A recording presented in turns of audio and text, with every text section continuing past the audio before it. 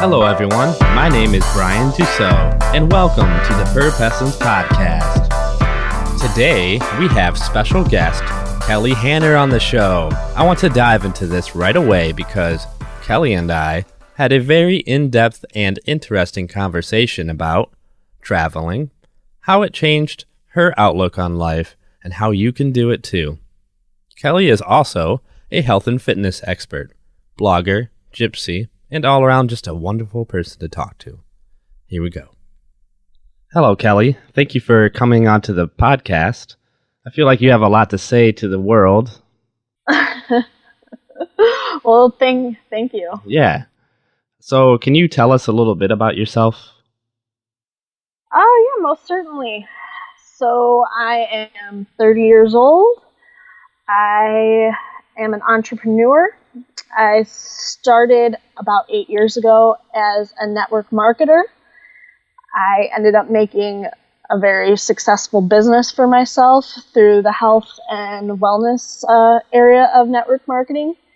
And thus, from doing that, I've been able to experience a whole different side of freedom that I didn't even know existed. I basically can do whatever the hell I want, and thanks to having freedom over time, my money, my schedule, I've traveled a lot since my business has really gotten off the floor. And basically right now, excuse me, my travels have brought me to California, where I'll be settling down for the next year as my boyfriend and I launch a new program, as we launch a new product called the Trim Trap for the cannabis growing industry.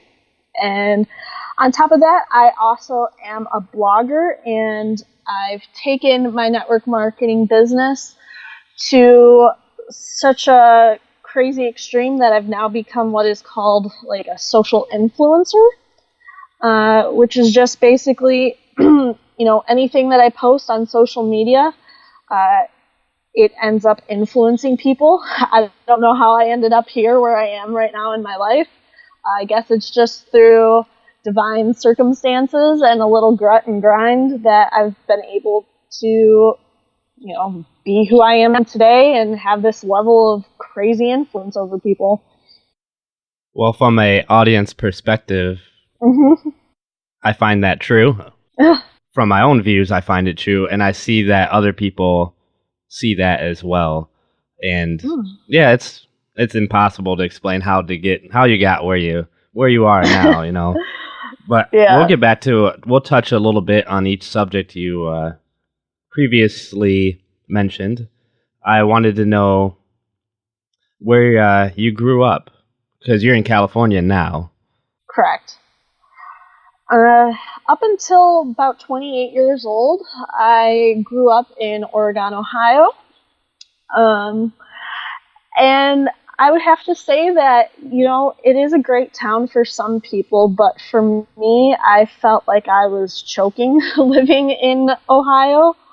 I tend to believe that I have more of a progressive mindset, and from my own personal experiences, I feel like my voice, my progressive, outspoken manner was stifled living in Ohio. So I guess after a relationship of almost 9 years came to an end while living in Ohio, I decided to finally get the hell out, basically. So that took me down to Florida, where I spent about 6 months. And then after my rental contract was up, I decided to get rid of most of my possessions and just start traveling.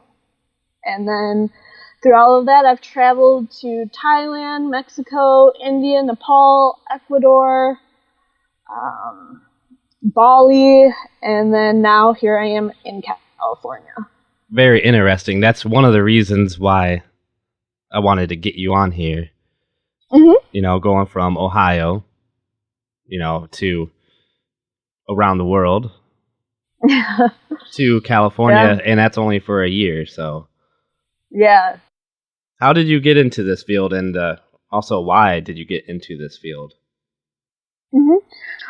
When you say this field, is that like the health and wellness or Just network marketing? Everything you're doing now. We can let's start with your blog. Okay. So, since I started network marketing, the main push within network marketing is to use social media as your way to market yourself and to brand yourself. So I've attended plenty of seminars from people like Chalene Johnson, Tony Robbins, and even John Maxwell. And through doing all of that, I've learned how to basically have a social media presence. And through building up a social media presence, I've learned how to, I guess, sell myself on social media. And so social media turned into, it went from being something where I just posted up photos of what I was eating and random, complaints before I was a social media guru, if you will. I hate that word, but it's the first word that came to my mind. But so I went from being somebody who just posted photos of their food and complaining and bitching and moaning on social media to somebody who used it as a platform to reach other people. I ended up turning my Facebook into basically a blog where I would blog about my life, my health, different holistic things that I was doing to better myself, sharing positivity. And so I was doing that for about 5 years. And I was realizing that a lot of the content that I was sharing is kind of just getting lost in the Facebook ether. So I decided it's about time I should turn this into something where, my content has a higher chance of going viral. I can reach more people. I have a message I want to share, and it's not doing it any good if it can't reach more people, and it's just getting lost within Facebook. So that's why I decided to start up my blog so that I have, an indexed area that's easy to look through to find different topics that I'm speaking about. Right, and changing the world one blog at a time, and I feel like that's the way to go, is to use words as weapons. Use education and use experience and spread that throughout the world. And that's one of the reasons why I started this podcast, because I have the same view and I want guests on the podcast with similar views, and that, that's really awesome. Thank you. Well, I've realized that, I do want to feel like I've done something to help make the world a better place. And in wanting to make the world a better place, being quiet and stifling yourself and not sharing yourself humbly and honestly doesn't really achieve much of anything. So yeah, I use my Facebook and my blog, my Instagram as a platform to really try to make a difference and to maybe inspire somebody to change their life for the better. Well, I guarantee you're already doing that, and I guarantee it's going to be, it's going to keep going. So I wanted to know, what did your parents do for a living? Oh, yeah, that's a great question. So both of my parents are quite older than me. There's a huge generational gap. My mom was in her 30s when she had me, and my dad was 40-something. So my mom was a telephone operator for AT&T.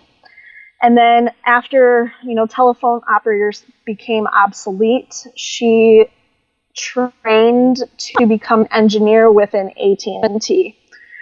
And then my father, he was kind of an odds and ends guy, so he did a lot of painting and, like household things, construction jobs and whatnot. But when I was growing up, he ended up getting hurt on the job. So he went from working all the time to not being able to work. So he was on disability throughout most of my life. And now, I mean, they both live at home, the retired life. The good life. Yeah. How long did it take for you to get to where you are now? How long have you been working in the field? hmm So when I started my network marketing company, I was 23 years old, and I just started it basically as a way to get a discount on fitness products. I didn't really look at it as something that could be a substantial income source or a career opportunity. But at the time, I was 23 years old. I just wanted to get fit, which the network marketing company I started is Beachbody, and Beachbody is all about health and wellness. So I got fit using the products, and then I started to see other people who lived in the Toledo area who were with Beachbody having crazy success with their business. They were going on vacations, they were paying off debt and student loans. I mean, they were living a really awesome life at a very relatively young age for being 20-something years old. And at the time, I was doing the fitness programs and everything, but then I was kind of flopping around in the career industry. I didn't really know what I wanted to do. I had gotten a 2-year degree in nutrition. And after that, I decided I wanted to go to school to be an environmental scientist. And environmental science wasn't really my thing. I was sitting in classes learning about like plate tectonics and all kinds of stuff. And all I really wanted to do was just get my hands dirty. I wanted to be out helping animals, like saving the tigers and the whales and all of that stuff. So about 2 years into the network marketing business, me not really doing anything, I decided to drop out of college so that I could pursue my business full time.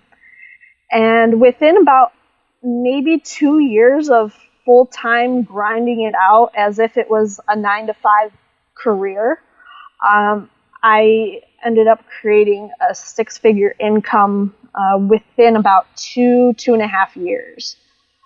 So then through my business, generating a 6-figure income, that allowed me the kind of opportunity to have the freedom over my time and my life and my schedule so that I could travel and I could, experience all of these amazing opportunities that I'm grateful for that I speak about in my blog.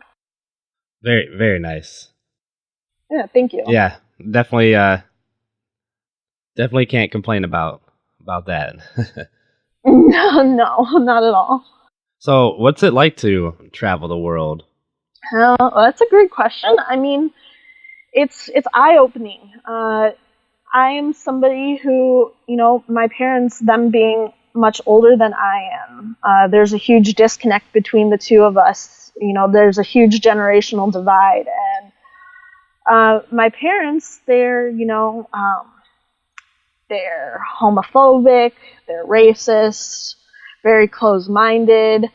And while, growing up in Oregon, I don't feel like the entire population of Oregon, Ohio was similar to my parents, but I feel that there was a bit of closed-mindedness, very similar to what my parents had.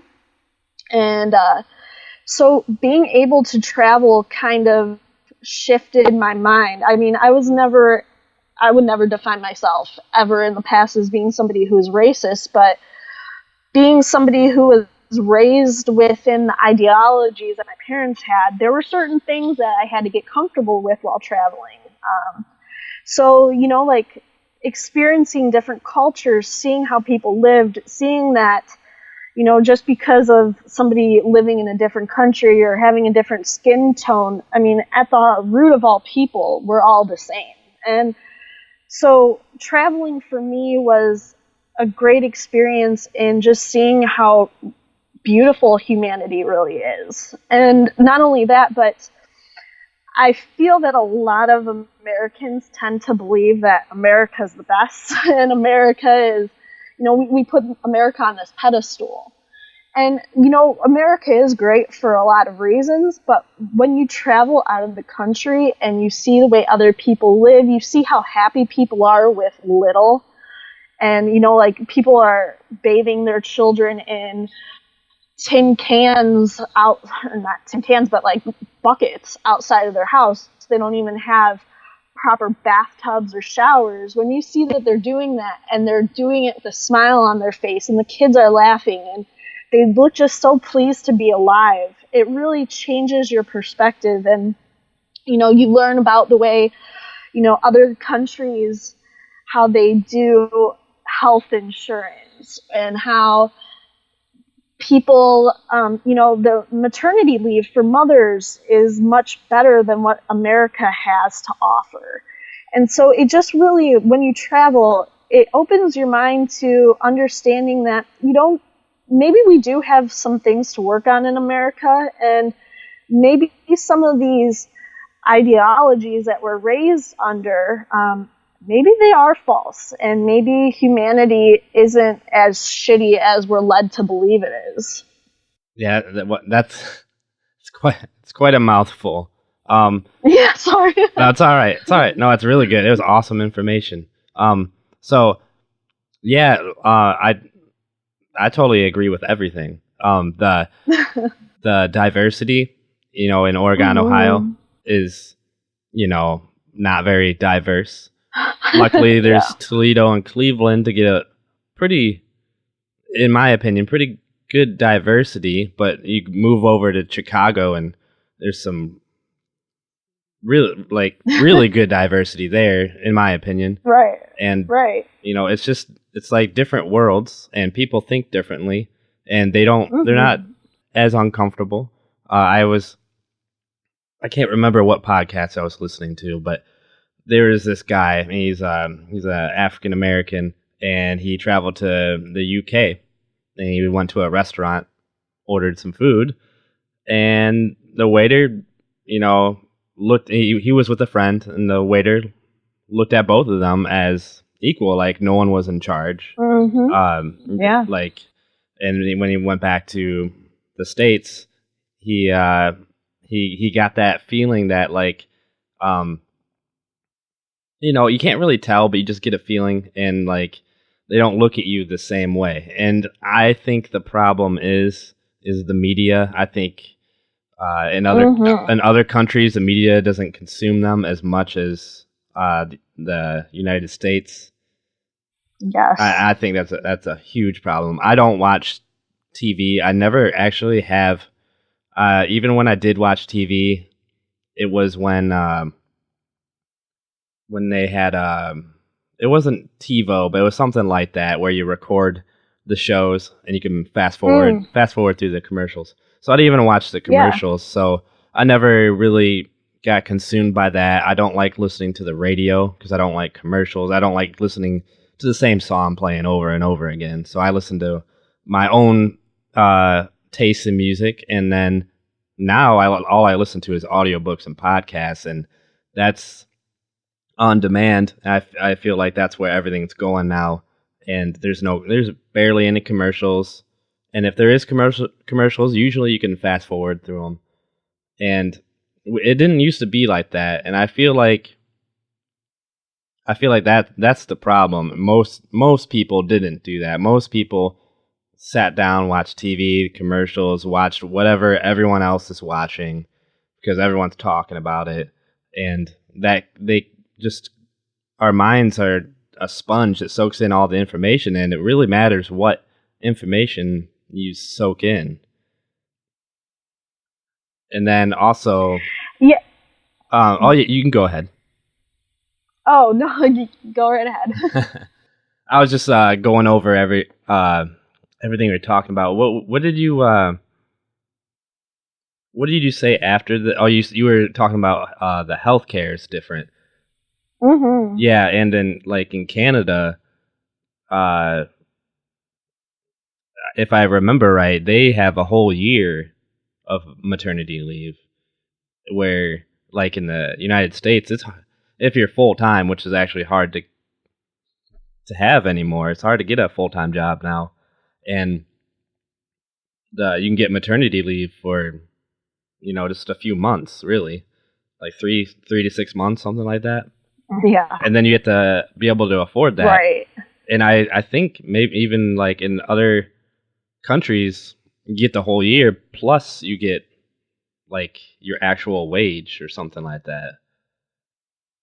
It just like really helps you. Yeah.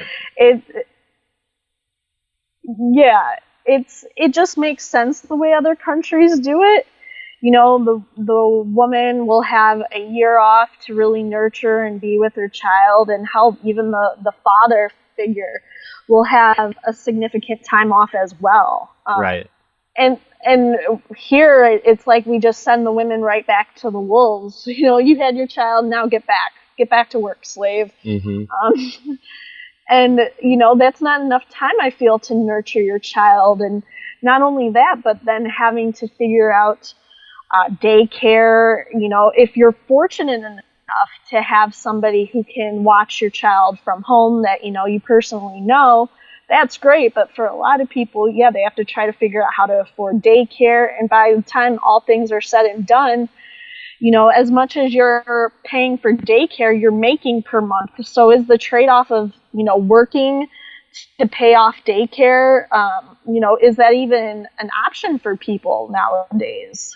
Yeah, it's definitely not worth it. I'm very fortunate enough to both of my kids do not go to daycare. They don't have a babysitter. It's tough. It's tough for the parents, but really it's after you do it for a little bit, it's actually not that hard. But in my son Asher, he's 3 years old and he's going to school now, and he knows his ABCs. He knows how to count up to 50. He knows how to break down words I've never even shown him. He'll spell it, break it down, and say it. And they're just starting to learn their ABCs in school. Like, they're on the letter L. So, like, wow. If you take the time, and it's really important. So that's why, like, for example, in Canada, they had that whole year. That's super important because the babies are just soaking in so much information. They're looking at everything. They're responding to everything. It's so important for our kids to get educated by their parents because, school is very important, but I feel like parents have to fill in the gaps, get them ready, get them prepared. For sure. They're little sponges. They take in everything around them. And to have somebody else show them the ropes for a lot of these things, like having a daycare provider teach them how to be potty trained or, like things like that, when really it should be the parents who are, in my opinion, it ought to be the parents who are the ones who are guiding them through these little milestones. I just can't imagine putting a child into daycare or whatnot and having somebody else raise your child. Yeah, exactly. You're missing out on important things. And sometimes you have no choice, and I understand that, but most of the times you want to be there. For sure. What's the biggest life-changing experience you've had while traveling? I would have to say the entire month or so that I was in India was very life-changing. India is a totally different beast. It is something else. I mean, I don't remember off the top of my head how many people are living in India, but I would guess whatever the official, figure is, you probably would have to add at least another million people to that figure that are going unaccounted for just because they live in little tents off the side of the road, and I can't imagine people are actually accounting for those people. India is just, it's eye-opening. It's very, you see people that are so poor and You have people who are living, no joke, on the side of the road. Like, if you just swerved over 6 inches, you would hit a family and you would knock them all out. Seeing people live in such poverty was, like, you see homeless people in the States, but honestly, as asinine as it sounds, I believe that our homeless have a far better opportunity than the homeless people or the people in poverty that are in India. Seeing the level of despair and, people just being completely destitute really kind of changed how I live my life. How did it change your life? Like, did you start doing anything different? So before I started traveling, once my rent was up in Florida and I decided to sell most of my stuff, it was an attempt in minimalism, but it was also an attempt to just get rid of all my stuff so I wouldn't have to put so much, put anything in storage. But after experiencing India, minimalism has become a far more important factor in my life, because seeing the level of poverty in places like India, Nepal, Ecuador, it just doesn't make sense to me to live way beyond my means and to have a closet full of clothes that I never wear. Once we returned from Ecuador, my boyfriend and I purchased a 2002 Volkswagen Jetta. And I could have very well purchased a brand new car that I had to lease or pay monthly car payments for. But after experiencing all of the travels that, all of the travels and all of the things that we had seen, it just didn't make sense to me to try to keep up with the Joneses, to have a new flashy car, just so, it could be like a point of pride or an ego thing for me. So I bought that 2002 Jetta outright for like $3,000, and it's not fancy. There's some wear and tear on it, but none of that means anything to me. Seeing people who would absolutely die to be able to drive around a 2002 Jetta, that's the kind of stuff that really ingrained in me while traveling, seeing the poverty and understanding how happy people are with so much less and how people can make living in a tent work for them. Experiencing those kinds of things, seeing it firsthand, for me, I know that I don't ever envision myself living a life where I have more things than I have experiences.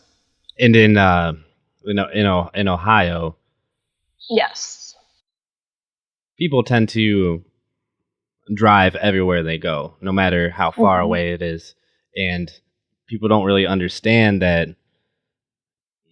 Like in Chicago, you can take a bus, you can take a train, and that's the most used transportation. You can take an Uber, right. Take an Uber or a Lyft or a taxi, and I feel like we are moving in the right direction. Uber and Lyft and any other public transportation is getting more recognized. Like, usually if you ask someone, hey, do you know what Uber is? Usually they'll know. And now, they're like, they're really working to make a difference. And I believe that they're going to try to be more progressive and go towards more economical for our environment, like not using fossil fuels. And I bet you they're going to start doing the driverless Uber sometime down the road. And it's going to be crazy. The world's going to change big time. But yeah, and I'm seeing that a lot with people who travel. I'm seeing that, not to take your life, like your just daily life, your boring life where you have nothing to do, you get up, go to work, go to bed. Like, just that right there just don't take that for granted, because you have a house, you have a car, you have a job, you get to eat whatever you want to eat. You get to go to the vending machine. You get to use your phone or go on the computer or watch TV, where other people don't get any of that at all. They have to walk somewhere to get food. They have to walk miles and miles to go to school. Right. Yeah. So yeah, I'm getting that a lot from people who are traveling the world and see the world with an open eye. For sure. Yeah, when I moved down to Florida, I opted out of getting a car because where I was living, I was within a mile of the beach, and I was right in the heart of the downtown area. So if I needed to go to the grocery store, I got an Uber. But for most of my day-to-day activities, I was just able to walk. And it was one of the most freeing experiences, not even being tied down to a car. So when we bought the Jetta just a few months ago, that was my first time owning a vehicle again within I think it was like 2 years since I had a vehicle and drove it around. And it was really not being tied down to a vehicle, being able to walk everywhere. It was a real practice in mindfulness as well, because, if you think about driving the same route, you're driving to work every day, and you take everything along that route for granted. You're high speed driving along in a car, things just zoom right past you. But when you are walking places, you're you're capable of taking more things in. You're able to, take a closer look at things than what you might do if you were in a car. And for me, I know that I want to get to a place where eventually in the near future, I'm living somewhere again where I don't need a car, and where I can just get around on foot or by bicycle, and if necessary, just hail Ubers whenever I need. I'm right with you there. I'd love to do that too. Yeah. Especially when I pay my car off. Yeah. But yeah, for sure. I purposely, I have my own car, and a lot of people own their own car. And I purposely park at the far away in the parking lot, at the end of the parking lot. And I've got people usually that travel with me to the store or whatever, they usually say something about it, like, hey, why don't you pull up closer? There's a spot right there. But I actually do park no matter like what I drove in my life. Even when I drove my $500 Blazer that caught on fire like 3 times, I still parked at the back of the parking lot, because I can walk. I always hear my dad in my head, like, your legs aren't broke, like, so like I can walk. So when I grew up, I biked and walked everywhere. I didn't get rides. I had to. If I wanted to go do something, I had to find out for myself. I had to go walk, to my friend's house, or walk to the mall if I wanted to go to the mall or whatever. Mm-hmm. So a lot of people who follow you, see what you do, and they want to travel too. And I'm wondering, what can we do, or what can you do, or what can they do actually to travel on a budget, like a legit budget, like they don't have too much to spend. Right. So I must mention as well, so I have talked about how I have a 6-figure income through my network marketing business. But that being said, I traveled as budget friendly as I possibly could. I wasn't staying in crazy hotel rooms, living the fantastic life, popping bottles of champagne by any means. How I traveled so cheaply was I found a way. I experimented with different websites online for buying flight fares at a cheaper price. So I kind of have that down to a T. And then as far as, getting the most bang for your buck while you are traveling, what I would recommend to anybody who's looking to travel internationally is kind of do your due diligence at learning how much the cost of living is in other countries that you're looking at traveling to. And I encourage you to probably, a lot of people are inclined to want to go to Europe, or, they want to go to Paris and London, and those places are great, but you have to understand that if you want to travel to those places, they're going to be very comparable price-wise to paying for stuff in the States. And that can add up very quickly if you're traveling, paying for, an Airbnb, food daily, excursions, experiences, all of that can add up. So I would encourage anybody who's looking to travel internationally to look at traveling to places in South America, Mexico, Asia. You'll find that the price of living there is, it's ridiculous how much the price difference can be in some of these lesser visited countries. Where was it? I believe it was in Nepal. $1 was the equivalent of 106 Nepalese rupees. So the price of living in Nepal is super cheap. You're looking at paying for meals like $2 a meal. So if you were looking to travel on a budget, go somewhere off the beaten path. Try to save Europe for when you're really balling, and you're not balling just simply on a budget. And be open to staying at hostels. Hostels are a great way to save money as well. Airbnb is a fantastic option for travel. When I traveled to Thailand on my own, I spent, I think, $12 for this awesome little bungalow in the middle of a rice paddy field. So $12 for this really cute little place, and an awesome experience to talk about.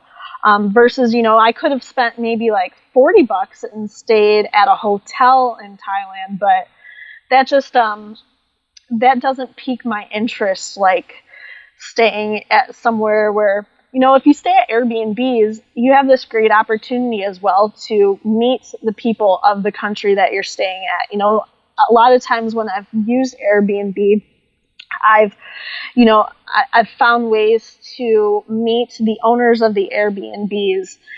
And by meeting the owners, you can learn a thing or two about the language of the country in which you're visiting. You can learn the most common phrases. You can hear about places to go, places not to go. And hell, sometimes they'll even make food for you. They'll make their own custom food, and you can't really beat something like that. And if you travel abroad and you put a smile on your face, you would be amazed at how many of the people who live within that country will do whatever they can to make you feel comfortable while visiting their country. So I kind of got a little off topic, so I hope that did answer your question about budget travel. Oh, no, it definitely did.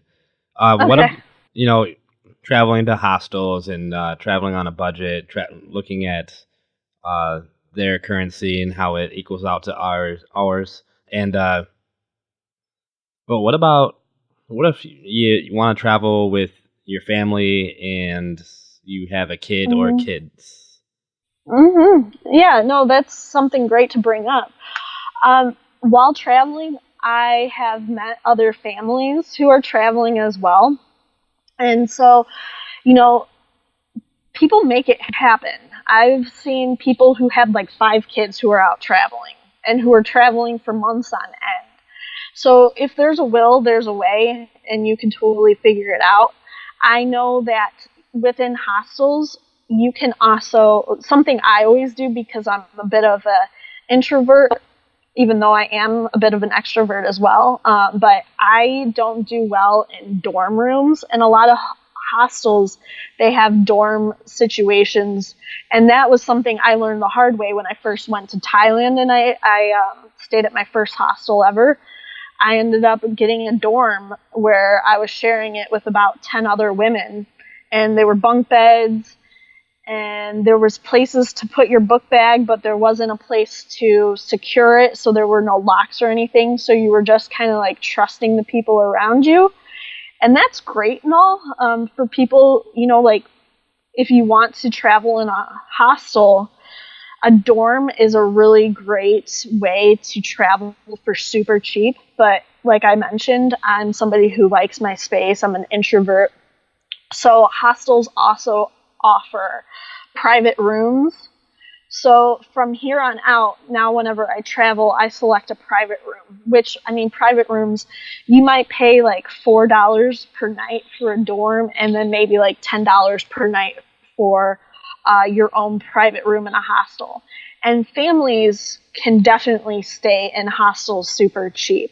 And not only that, but, you know, if you do want a bit more privacy as a family, the Airbnbs in other countries are so cheap, it's not even funny. And a lot of times you can rent out an entire home through Airbnb. And with that entire home, I mean, you're getting a kitchen, you're getting a bathroom, you're getting, you know, maybe 2 beds and a sofa where you can all figure out a way to make it work. And then not only that, but given the kitchen, you can also prepare a lot of home-cooked meals as well. So, as I mentioned, like traveling in Nepal, a meal might be $2, which isn't breaking the bank by any means. But if you wanted to further make your dollar stretch even further, you could, by all means, you know, cook your own food and go to a local market and get fresh produce. And a lot of times you're going to find produce that is not genetically modified, so they have organic produce that you can get for an arm and or not an arm and a leg, you can get for super cheap. And so you can find a way to stretch your food budget that way as well. And not only that, but a lot of hostels too will allow you to use their kitchens. So I know that the last place we stayed at in Ecuador, we made a lot of our meals right in the hostel kitchen, and it wasn't an issue, and we didn't have to worry about people stealing our food out from the fridge. So, you know, if you want to travel with children, you can totally find a way to make it work through private bedrooms, you know, in hostels, or renting out an entire place through Airbnb. Interesting. Yeah. I'm personally, I will have to look into that. Mm-hmm. So I want to move over to your blog again and go over a specific post. And I believe you just recently posted a video about it, and I want you to walk us through it, and you can just give us like a little overview, and that way we can direct them to your blog or your video. But the title is Why I Love Putting Coffee in My Butt. A coffee enema, love story, and how to. Please enlighten us. Yeah. So I had learned about enemas back when I was in Ohio, but I did them very infrequently, and that got me 0 results. But after coming back from Ecuador, my digestion was just absolutely insane. Normally, this could be this could be a little TMI for some people, but I'm just gonna roll with it. Oh, it's what we want. Okay, so you know, like I consider myself to be a very healthy person, and my digestion is normally spot on. But after getting back from Ecuador, which I believe was May, we returned. You know, we had been in India in January. In February, we were in Nepal. We returned back to the States for a couple of months, and then we went to Ecuador and we came back. And throughout, from January to the time we returned from Ecuador, my digestion had been just horrendous. Everything would go right through me. I mean, there were a couple of times where I was traveling and I got really sick in Nepal. My boyfriend and I were sick for about a day and a half. I got really sick in India. And so through all of that, like we even drank water straight from a tap in Nepal, which is a no-no because, you don't really know what's in the water for some of these third world countries. So I have a feeling that, I picked something up because while in Ecuador, we did a test where we went to a lab and they tested a sample of my stool, and that came back that I had potentially life-threatening amoeba that can eat your liver and eat your brain. And then I discovered as well that I had a fungus buildup in me, a yeast buildup, and then a couple other parasites. So while in Ecuador, I took some medication that helped to, alleviate the amoeba or rid my body of the amoeba, and it kind of helped with the parasites. But upon returning back to the States, my digestion was really off still. So I entertained the idea of doing enemas because I know that doing a coffee enema, if you give it a fair chance and you do it quite frequently, so let's say like maybe 3 times a week for a month, you can experience a lot of crazy things, which also includes removing parasites from your body. So once we got back from Ecuador, I dedicated about 2 months to doing coffee enemas as frequently as I could. And through doing those, not only has my health improved, my skin and complexion have improved. I've extracted a lot of parasites from my body. I have, through doing this, I've come to understand that parasites are something that plague a lot of people, and unfortunately, the medical establishment in the Western society doesn't really entertain the thought that a lot of our mainstream health issues could be parasite related. So if you go to a doctor and you bring up the idea of parasites, they're pretty much going to look at you like you're crazy. But through my own experience of doing enemas, I have found that people are not crazy for believing in parasites. They're actually quite real and they exist. And if you give a coffee enema its due diligence, you will find that probably what is plaguing your health could very well be parasite related. And you'll end up seeing the proof in the pudding by, once you do one of these coffee enemas and you're doing them religiously, eventually you're going to start seeing results. And when you go to sit on the toilet and expel the coffee enema out from your body, you're going to find parasites, you're going to find liver stones, you're going to find liver flukes. I mean, there's a whole bevy of different things that can come out of you through doing coffee enemas. I hope that kind of was on track with what you wanted me to say. Oh no, it was on track. So, okay. just drinking coffee gets me, running to the bathroom, and Yeah. it works pretty well for me. But I can only imagine if put it in the other end, how much it's probably a 100% increase. And if you have something eating your brain and liver, I would not turn down anything. So I would probably be trying all kinds of stuff. And if you see benefits, I mean, why stop? You already started. So, but I'm sure there's someone out there that didn't even think about this. I mean, I've never heard of it until you mentioned it. So yeah, definitely very interesting. So I wanted to some people to hear about that. I feel like it's something they need to hear about. Well, yeah, I mean, so many people are dealing with things like digestive issues such as IBS or colitis. For sure. Yeah. Yeah. That's a common person. It's becoming far more common. A lot of gut issues and autoimmune issues related to gut health. But, dude, once you have experienced extracting parasites out of your body by ways of like coffee enemas, it really makes you think like, okay, is this really, something that needs to be treated with, pharmacological medicine, or is this something that, it's due to a parasite and it's being overlooked, and all of these means to kind of band-aid our gut issues, are they just not really, are they just covering things up and not really doing what needs to be done, which might very well be getting the parasites and the candida and all of those different kinds of things that are plaguing a lot of people's health.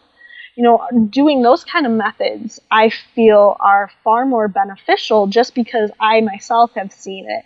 And I'm a part of a Facebook group called Bottoms Up, which also, it's all about coffee enemas. And you see people who have had fibromyalgia and multiple sclerosis, Lyme disease, all different kinds of things, who are treating themselves with coffee enemas, and they're extracting, all kinds of different parasites and icky things, and Right. They're improving their health, when mainstream Western medicine has really just kind of done them dirty and didn't really help them at all. Right. And I feel like I feel like it's not a I feel like the doctors do want to help, but Right. they don't have that knowledge. Not every, Right. definitely not every doctor. And Right. I mean, I highly doubt that's what, when you go into your family doctor, you like say, "Oh, I don't feel good." You gotta get some X-rays, whatever. You see something in there. I doubt the first thing they think is an enema. So Yeah. when you're doing that, it's natural. You're not pumping chemicals in your body. But if you have to take antibiotics, or I'm sure you have to take a whole nother level of antibiotics for that.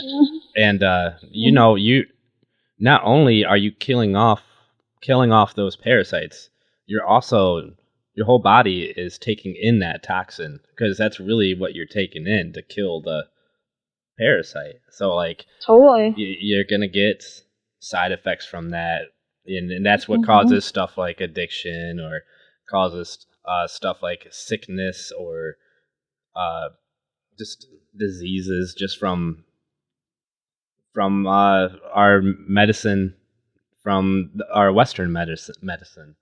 Yeah, the truth be told, like doctors, they only get what I think they take one nutrition course.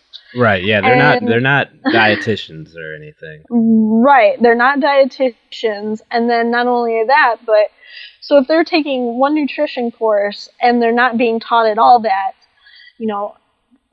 ailments could be caused by parasites, or that a treatment for toxin overload or anything like that could be coffee enemas, they're going to look at you cross-eyed when you bring this kind of stuff up. Right. And I'm not saying don't go to your family doctor, because that's, you should. Right. But you should Right. also educate yourself, and then perhaps ask the doctor, and like ask him to be honest if he actually is giving you the truth, or is he giving you advice that he feels like he has to because it's his duty, is by law, or is he just full of it, and like his way is the only way, her way.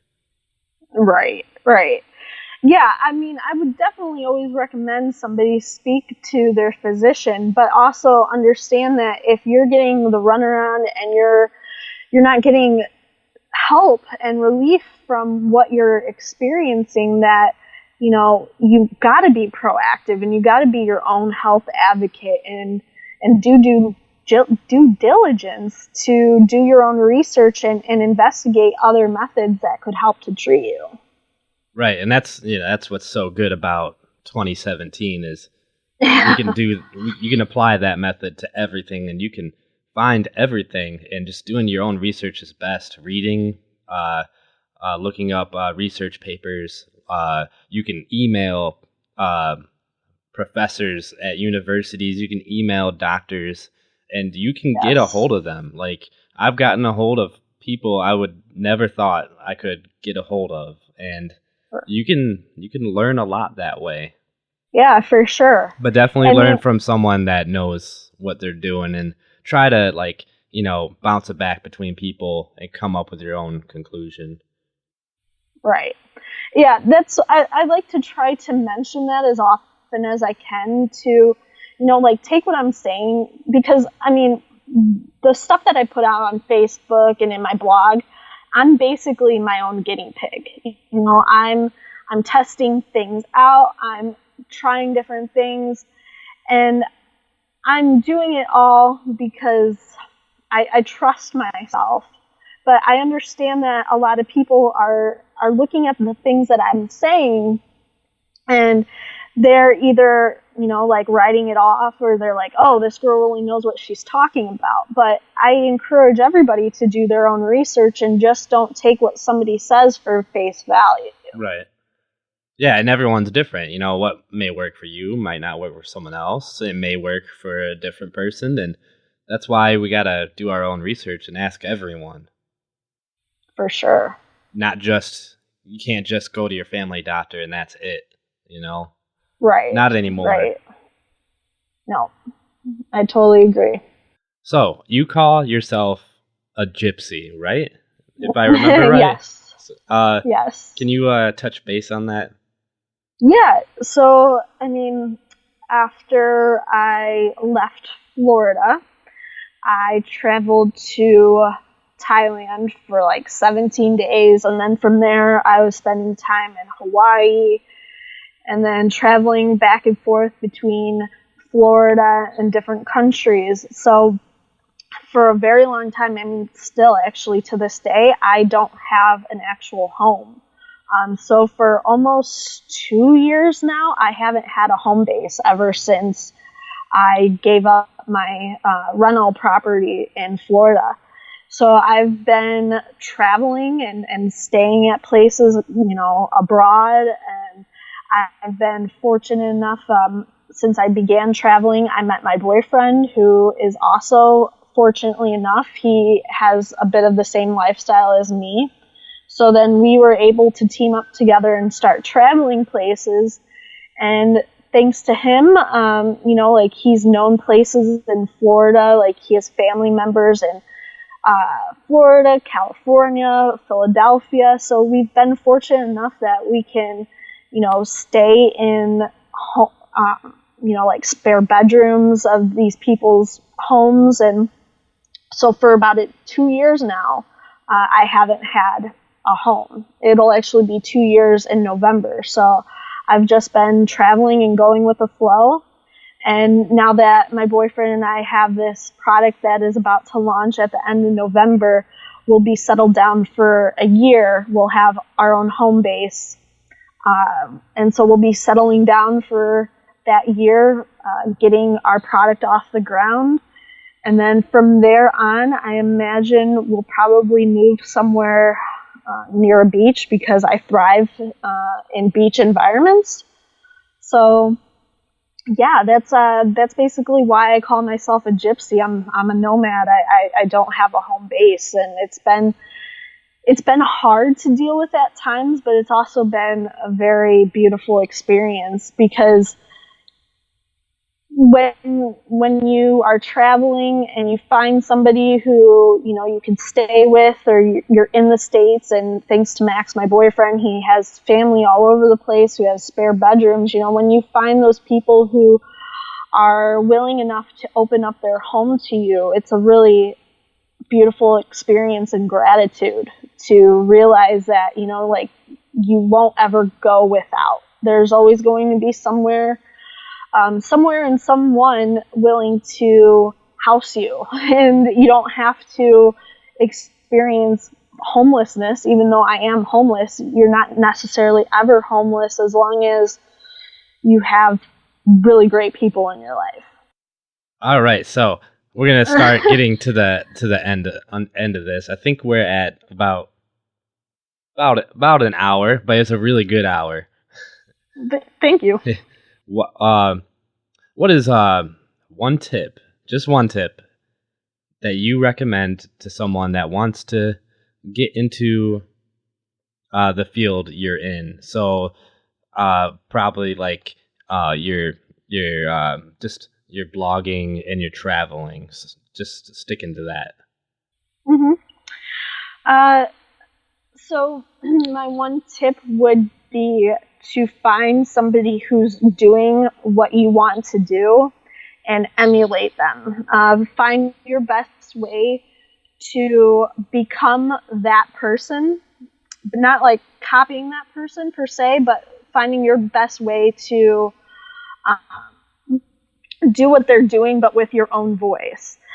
And so that would probably look like reaching out to that person, like as you said, reaching out and emailing professors and whatnot. I mean, you could get the same results by messaging somebody you really look up to who's living the kind of life or has the kind of career that you're looking to have yourself, reaching out to them and asking them what it is that they've done to be able to get to where they are. So if you were to ask me, then what I have done to be able to get to where I am, it's taken a whole lot of learning. So always being open to learning, understanding that knowledge and learning things doesn't just end at high school or college, that you have to be open to learning new things, squashing old paradigms, and constantly evolving.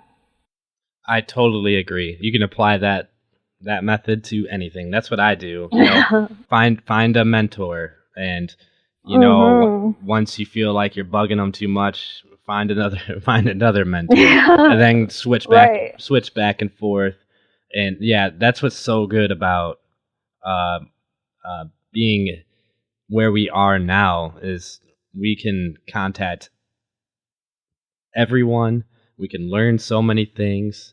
And it's, people are saying that, like you always hear about millennials and, stigmas and everything. But really, like, we have so much information at the tip of our fingers and we're not even that old. We have so much life left.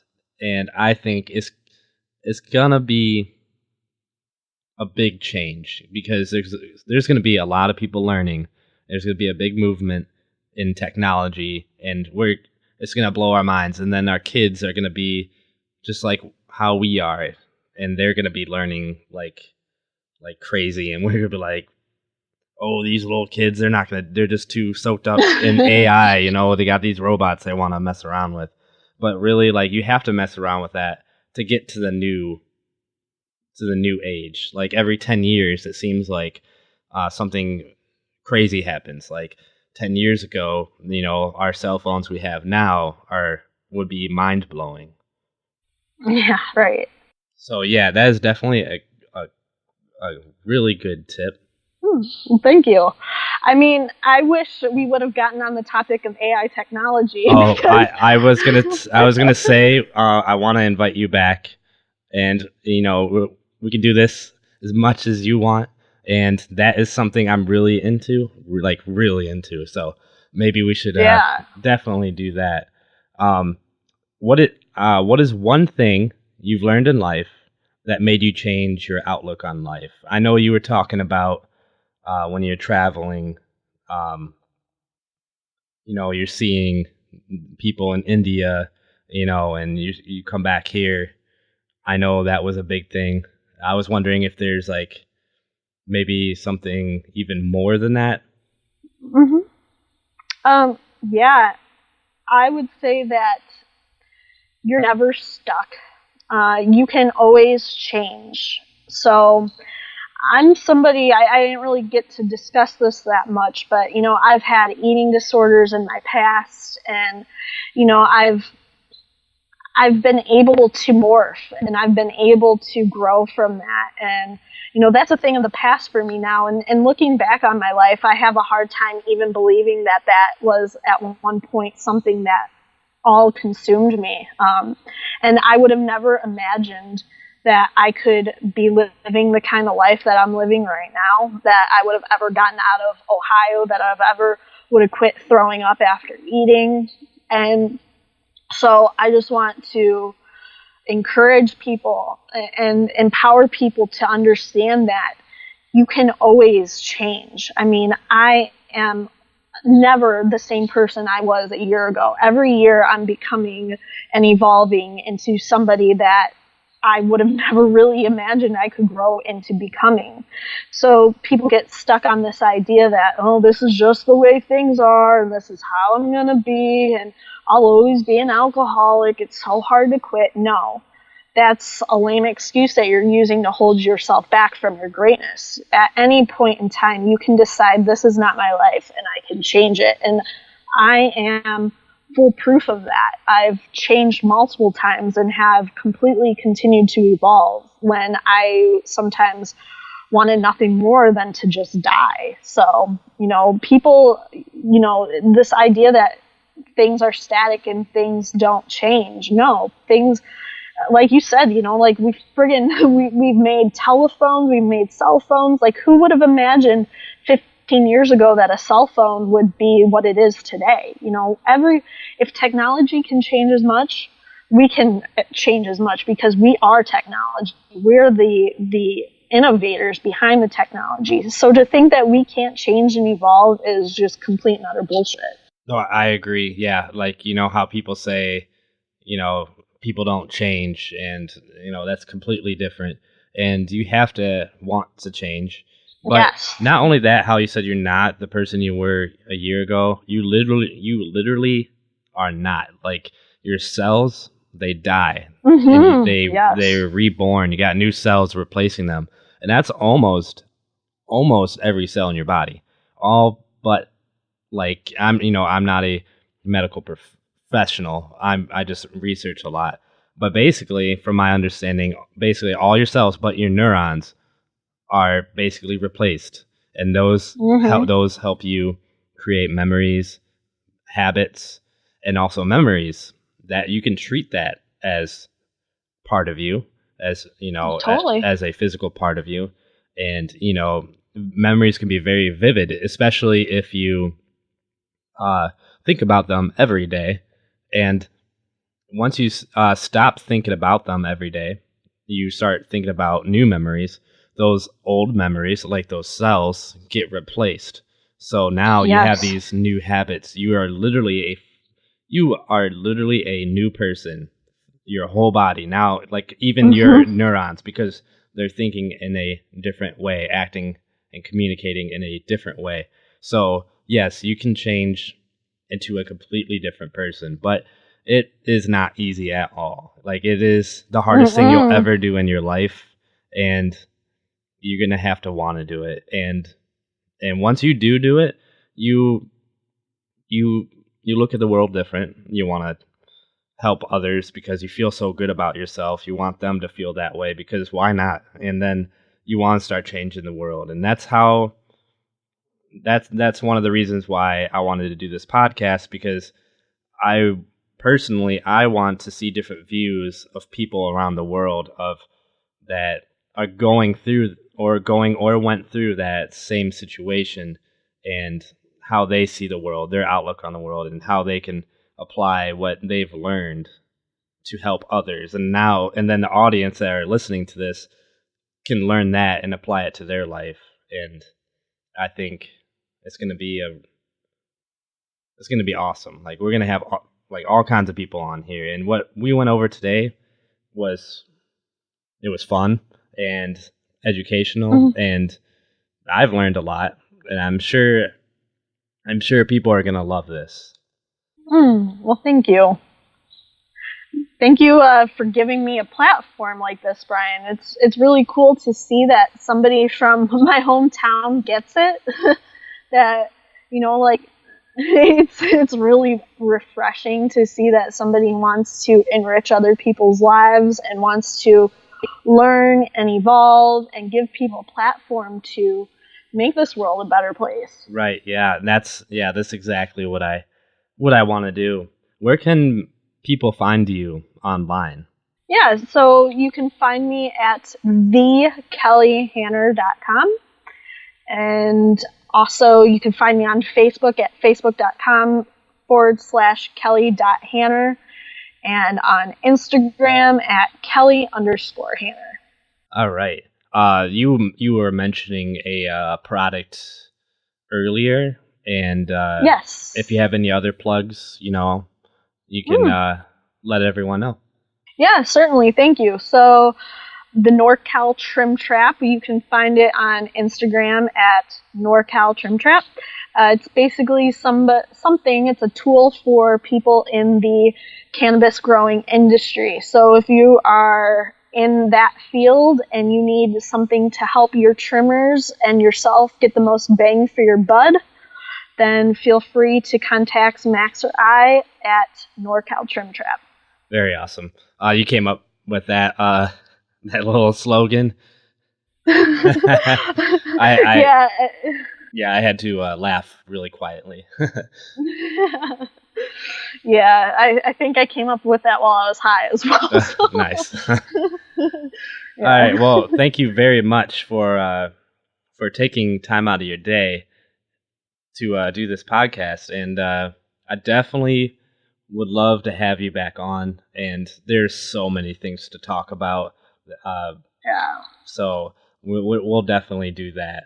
Yeah, it would be my honor. All right. Well, I am gonna let you go. Okay. All right. Well, thank you very much. Mm-hmm. Thank you as well, Brian. All right. Have a good day. You too. Bye-bye. All right. See ya. Thanks for tuning in to the Purpessence podcast. I can't begin to explain how grateful I am for you listening to the podcast. Please take the time to subscribe, rate, and share the podcast. It is really important that we get the name out so we can keep bringing in amazing guests. Keep up to date with us on Facebook, Twitter, and our website. Have a nice day.